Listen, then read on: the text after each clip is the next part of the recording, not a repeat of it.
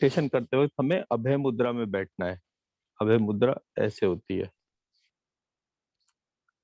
अपने अंगूठे से बीच की दोनों उंगलियों को,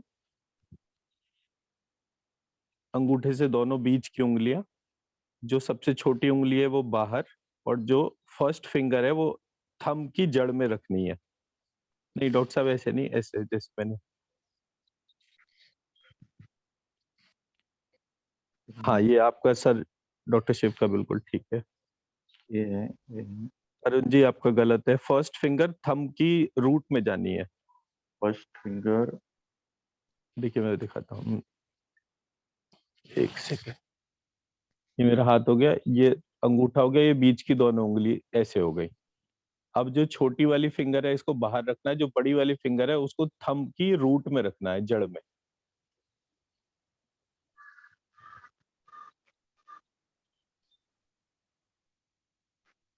दोनों हाथ से करना है ना? दोनों हाथ से। ठीक है आपको सर। जब ध्यान में बैठना है तो इस तरीके से बैठना है। ये ज्योति जी आपकी उंगली जो है ये अंगूठे की रूट में जानी, हाँ ठीक है, ठीक है बिल्कुल ठीक। सर मेरी सर, मैं देख रहा हूँ जी।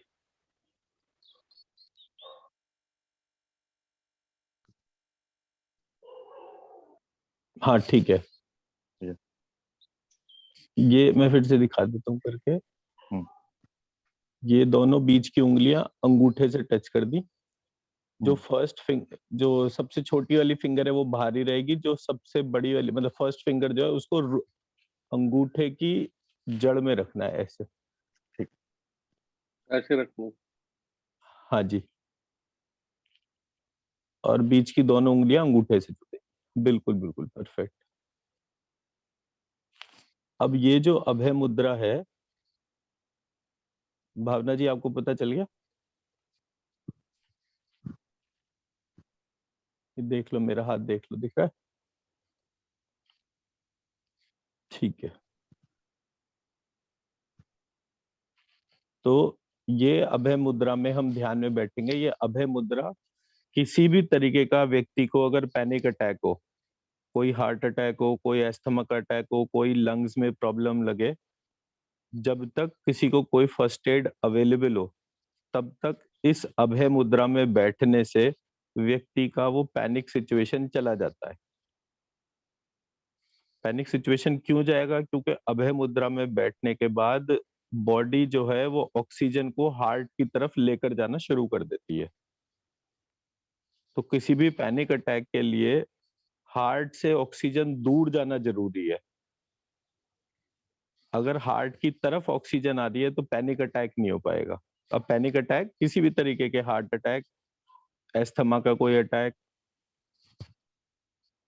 मैं समझा पाया मेरी बात? Yes sir. तो आपको इस मुद्रा में बैठने का अभ्यास शुरू करना है। मेरे को एक दफे एस्थमा हो गया था तो मुझे डॉक्टर्स ने बोला कि एस्थलीन लेना है, तो समाउ मेरी कॉन्शियस ने अलाउ नहीं करा कि मैं एस्थलीन लूं। तो मैं एस्थलीन इनहेलर सामने रखता और अभय मुद्रा में बैठ जाता। मैंने कहा अगर मुझसे 2-3 मिनट बर्दाश्त नहीं होगा तो मैं ले लूंगा। धीरे धीरे धीरे मेरी प्रैक्टिस होती गई, विद इन 40 डेज मैंने एस्थलीन छोड़ दिया था। क्या बात, बढ़िया। तो ये इस मुद्रा की पावर है। तो ये अभय मुद्रा हमारा एक मेजर अचीवमेंट है इन टर्म्स ऑफ कोई भी। अब जैसे कोरोना में बहुत ज्यादा काम आने वाली एक्सरसाइज है, यस सर। ठीक है ना। बाकी तो बहुत सारी चीजें बताते ही हैं, ब्रीदिंग। अच्छा, ब्रीदिंग करने में कोशिश करें कि अगर किसी को सांस लेने में दिक्कत है तो गले से सांस ले, ऐसे करके सांस लेने से जो है वो सांस नाभि तक जाती है।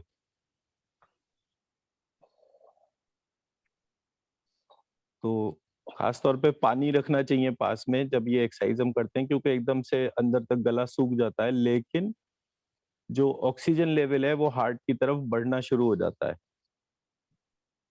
क्योंकि सांस जब तक नाक से नाभि तक और नाभि से नाक तक नहीं जाती, प्राण नहीं बनते, और प्राण ही हमें इम्यूनिटी देता है।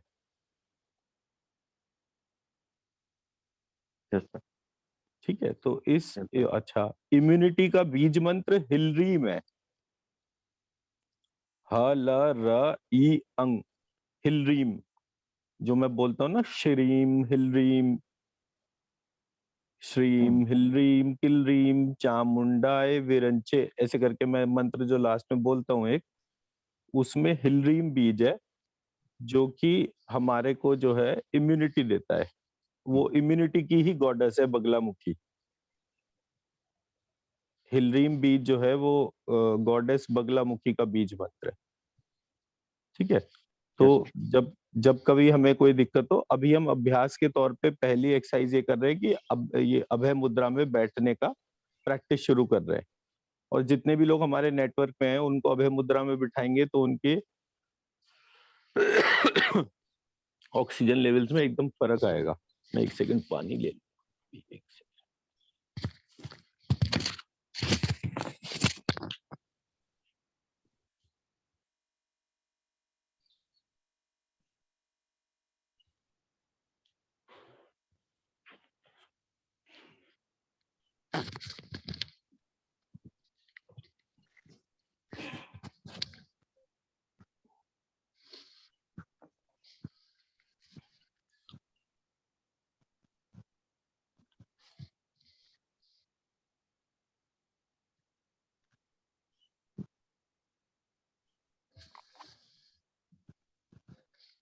एक हमें कोरोना में टाइम टू टाइम नमक जरूर चाटना चाहिए, सेंधा नमक। अच्छा, सेंधा सेंधा नमक नमक, मतलब? जो नमक होता है ना, जो हाँ, पत्थर वाला रॉक सॉल्ट जो होता है, पत्थर वाला। अच्छा, ओके। सेंधा नमक कहते हैं ना उसको, जो व्रत में खाया हाँ, जाता है नमक। हाँ, हाँ, हाँ। तो वो वाला नमक जो है वो हमें टाइम टू टाइम चाट लेना चाहिए। ओके। ठीक है, और कोशिश करनी चाहिए नहाते नहाने के पहले जो है हुँ, एक मुट्ठी नमक एक मग्गे में रखें हुँ। और पहली बार उससे नहाएं, नमक के पानी से।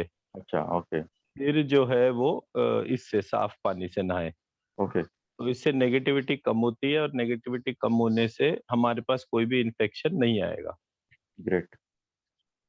आप तो मुंबई में आप समुद्र स्नान कर सकते हैं, तो इसलिए जो है अक्सा बीच पे जाइए आराम से। और अभी कोरोना काल में कहाँ नहीं जा सकते हैं उसके। नहीं, उसमें उसका समुद्र स्नान जो है, मैंने तो हाँ, एक पेशेंट हमारे फंस गए थे अंडमान निकोबार आइलैंड में, तो और उनका एकदम से फीवर बढ़ गया। उन्हें डर इस बात का लगा कि फ्लाइट में उनके फैमिली मेंबर्स को रोक देंगे, तो बोले अब हाँ, 15 दिन इस जगह क्वारंटाइन करना तो बहुत डिफिकल्ट होगा।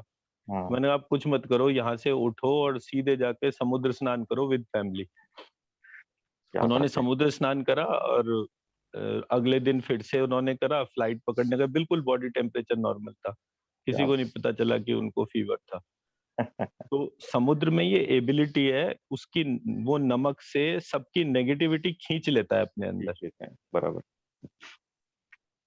ठीक है, एक तो ये वाला पार्ट। और सर मतलब रॉक बेसिकली सॉल्ट तो वैसे ही यूज कर ले खाने में, नहीं सर, खाने को नहीं कह इंस्टेड रहा ऑफ हूँ। Common salt. चु, चुटकी चुटकी भर क्या आपने क्या बोला, मैं सुना। मतलब खाने में जो हम सॉल्ट यूज करते हैं, नॉर्मल सॉल्ट, उसके रॉक सॉल्ट यूज करें। तो हम तो सर हमेशा सबको जो है ये बोलते हैं कि सेंधा नमक यूज करना शुरू करिए। सेंधा जी नमक से बीपी नहीं बढ़ता। जी। जितने भी लोगों को ब्लड प्रेशर का प्रॉब्लम है उनको सेंधा नमक खाना चाहिए। ये वाला जो नमक है ये ब्लड प्रेशर को इम्पैक्ट करता है। जो ये राइट। टाटा सॉल्ट और ये सारे जो आते हैं ना, जो हुँ, हुँ, हुँ, सिंथेटिक सॉल्ट्स हैं, इन सब में ब्लड प्रेशर बढ़ता है। हुँ। सेंधा नमक से ब्लड प्रेशर नहीं बढ़ता। सर फिर उसमें कुछ आयोडीन नहीं होता है बोलते, सिंधा नमक तो प्रॉब्लम वो होता है सर वो थायराइड। सारे के सारे वो सारी बेकार की बातें हैं ये। किसी को सामान बेचना है तो कुछ ना कुछ तो नया चिपकाएगा ही ना। हुँ, हुँ, हुँ। तो और थायराइड की जो बात आप कह रहे हैं ना, पूरे देश भर में देर आर पर्टिकुलर बेल्ट्स जहां पर थायराइड की डेफिशिएंसी है। थायराइड की डेफिशिएंसी हर घर में हर व्यक्ति के तौर पे नहीं है। हम्म।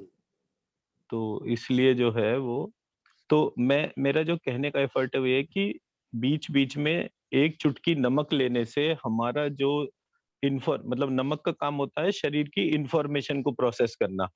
हुँ, हुँ, तो जैसे ही हम एक चुटकी नमक चख लेते हैं, आधी चुटकी नमक चख लेते हैं, तो हमारा इंफॉर्मेशन सिस्टम जो है एकदम से बूस्ट अप हो जाता है। इन्फेक्शन किसी भी तरीके का होगा, वो सबसे पहले हमारे सेंसरी सिस्टम को इम्पैक्ट करता है। हमें डर लगना, ये हमारे सेंसरी सिस्टम के इम्पैक्ट है। तो जैसे ही थोड़ा-सा नमक हम चख लेते हैं, एकदम से हमारा सेंसरी सिस्टम जो है वो फास्ट हो जाता है। Okay sir. तो दिन में कितने बार लेना चाहिए सर? मैक्सिमम 1-2 बार, मतलब एक अभ्यास के तौर पे मैं कह रहा हूँ कि ये ओके। छोटी-छोटी कुछ चीज़ों को जैसे हम ध्यान करेंगे, तो एक मुद्रा हो गई, एक साँस लेने की क्रिया हो गई, एक ज़रा-सा सॉल्ट चखना हो गया। हुँ, फिर आप जो है वो फिटकरी रखिए पास में, फिटकरी को फुलाकर उसका थोड़ा-सा एक दाना जो है वो पानी में घोल के और उस फिटकरी के पानी से कुल्ले करना शुरू कर दीजिए, गरारे जिसको कहते हैं ना, गार्गल्स। तो जब वो हम करना शुरू करते हैं तो गार्गल से हमारा थ्रोट साफ हो जाता है। हुँ, थ्रोट को साफ रखने से हमारी बहुत सारी प्रॉब्लम्स जो है वो रिलीज़ हो जाती है। तो ये छोटी-छोटी चीज़ें ध्यान रखने से फिर कोरोना जो है वो पास में नहीं आता। और मेडिटेशन तो वैसे भी हम लोग बीज मंत्र लिखवाते ही हैं और ये कहते हैं कि अगर आपको बाय एनी सिचुएशन घर से बाहर निकलना है, तो जो शीट्स पे आपने बीज मंत्र लिखे हैं, उसे अपनी पॉकेट में रख लीजिए। हुँ, जैसे आजकल लक्ष्मी बीज हम लिखवा रहे हैं सब लोगों से, तो लक्ष्मी बीज जो है 2-4 हज़ार बार लिखा हुआ लक्ष्मी बीज एक कागज़ पे, वो उतने कागज़ फ़ोल्ड करके अपनी फ्रंट पॉकेट में रख लीजिए। तो आप देखेंगे कि आपके आसपास का जो ऑरा है वो इतना इम्प्रोवाइज़ हो जाएगा कि आपको इसका इम्पैक्ट नहीं आएगा। Yes sir.